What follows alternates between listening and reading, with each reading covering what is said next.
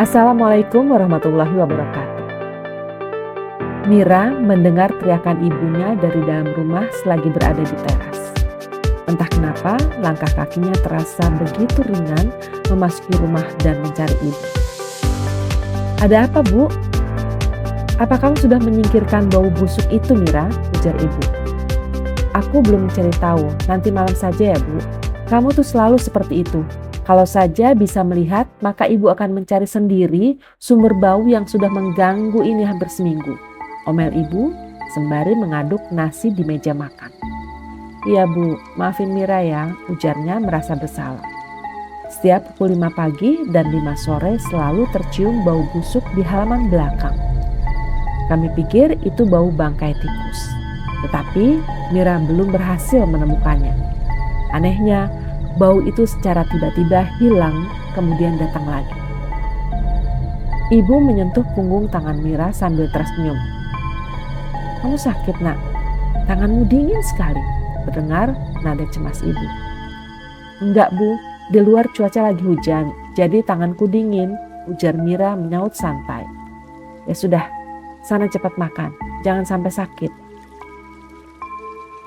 Mira tersenyum melihat ibunya begitu cekatan menyiapkan makanan tanpa bisa menggunakan kedua matanya.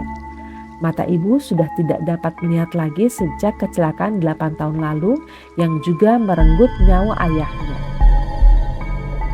"Andai masih ada ayah, pasti bau bangkai itu sudah dibersihkan ayah," gumam Mira sambil menghela nafas panjang. "Mengapa menghela nafas, Mir?" "Tidak apa-apa kok, Bu." Segera aku menepis pemikiran itu karena sejak ayah meninggal, semua tanggung jawab beralih kepadaku. Aku sudah berjanji kepada ayah. Satu tempat yang belum aku lihat yakni gudang di belakang rumah yang berada di kebun.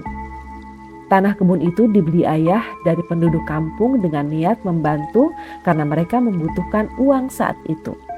Namun ada jalan setapak yang digunakan warga belakang untuk menyingkat jalan dan tetap dibiarkan ayah untuk digunakan. Tempat itu begitu menakutkan bagiku, gelap dan dingin. Ayah menggunakannya untuk menyimpan barang-barang bekas tidak dipakai. Dulu aku pernah melihat sesuatu yang mengerikan di sana. Seseorang membunuh wanita. Tetapi sampai sekarang tersangka pembunuhan itu menghilang. "Oh ya, Nak, semalam Mang Herdi menanyakan kamu. Apa kamu ada masalah dengannya?" tanya ibu. Gak ada apa-apa kok, Bu. Mang Herdi kan preman di pasar. Gak akanlah Mira cari masalah dengannya, jawab Mira. "Iya, jangan sampai ada masalah dengan dia ya, Mir," ibu memastikan karena tahu anaknya itu emosian. "Iya, Bu, Mira paham. Aku ke belakang dulu mencari bau itu ya, Bu," ia mengakhiri pembicaraan. "Bawa senter, Mir." Setelah mengambil senter, Mira ke belakang rumah menuju gudang mencari sumber bau. Beberapa hari lalu, ia bertemu Mang Herdi masuk ke gudang itu bersama seorang gadis. Mira mengira itu pacarnya dan membiarkan karena tak berani menegurnya. Saat berada di dalam gudang, tiba-tiba ada yang mengganggu pikirannya. "Kok rasanya beberapa hari lalu aku kesini," pikir Mira. "Tapi apa ya? Kenapa otakku tidak bisa mengingatnya?" Kemudian saat melangkah masuk, tercium bau busuk yang sangat menyengat. Mira sampai mual dan muntah.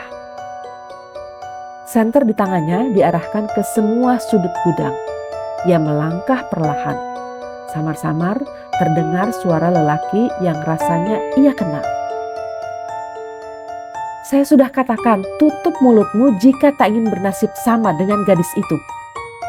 Kemudian terdengar suara merintih yang begitu lirih dan begitu berat.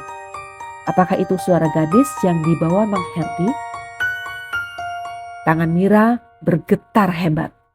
Ia tak mau peristiwa yang dulu terulang lagi. Apakah yang dulu itu Mang Herdi pelakunya? Mira mencoba menerka. Namun ingatannya begitu kacau, saking takutnya dan tak ingat wajah pelakunya. "Siapa di sana?" hardik Mira saat mendapati seseorang duduk terikat di kursi kayu. Tak ada sautan. Mira semakin mendekat dan aroma busuk itu menyeruak menusuk hidungnya. Apakah dia sudah mati? Keringat dingin mengucur deras di seluruh tubuh Mira saat mendapati orang yang duduk diam dan membeku itu sudah tak bernafas.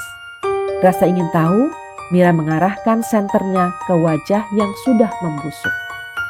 Saking terkejutnya, Mira menjatuhkan senternya melihat siapa yang duduk di sana dengan begitu banyak luka lebam dan baru menyadari jika bau busuk itu berasal dari tubuh membusuk orang yang duduk di depannya. Mira merasa kepalanya berputar hebat dan ingatannya mulai terbuka. Aku menjadi saksi pembunuhan seorang wanita di gudang ini 13 tahun lalu. Sebenarnya ia tahu pelakunya, namun terlalu takut hingga bibirnya tertutup selamanya. Kenapa aku baru ingat sekarang? Mira menangis sesenggukan. Mang Herdi tahu aku merupakan saksi pembunuhan yang dilakukannya. Dan ia terus mencariku agar bisa membungkam mulutku selamanya. Gadis yang duduk kaku itu terikat dengan mata terbuka dan mulut dilakban. Semakin lama, bau busuk semakin kuat dan menyeruak ke seluruh penjuru gudang. Kenapa bau itu sekarang sama dengan bau tubuhku? Pantas saja, tubuhku terasa ringan dan dingin sekali. Ternyata sebenarnya gadis itu adalah aku dan aku sudah mati. Seandainya aku mendengarkan kata-kata ibu, tapi sudah terlambat. Penyesalan tak ada gunanya lagi. Iya, jangan sampai kamu mencari masalah dengannya, mengingat kamu itu mudah emosi, nak. Sekian kisah misteri kali ini. Sahabat yang budiman, jangan lupa like, subscribe, komen, dan share untuk mendukung kami agar tetap bersemangat berbagi kisah misteri lainnya. Wassalamualaikum warahmatullahi wabarakatuh.